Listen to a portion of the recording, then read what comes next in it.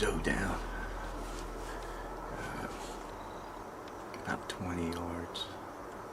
Center point Patriot using Spitfire XXX broadheads. Bloodsport bolt. She didn't go far. I mean, I actually seen her hit the ground. Alright, here we go.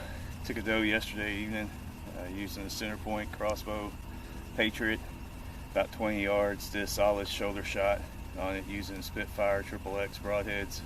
That went in, crushed the shoulder, passed through the lungs, chiseled out the heart, clean pass through. Excellent archery shot.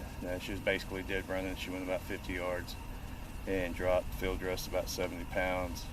And that's it. Gonna mix her in with got a hog in the freezer and make some hog, deer, cheese sausage. So there you go, Bohemian Hunting Club, getting it done.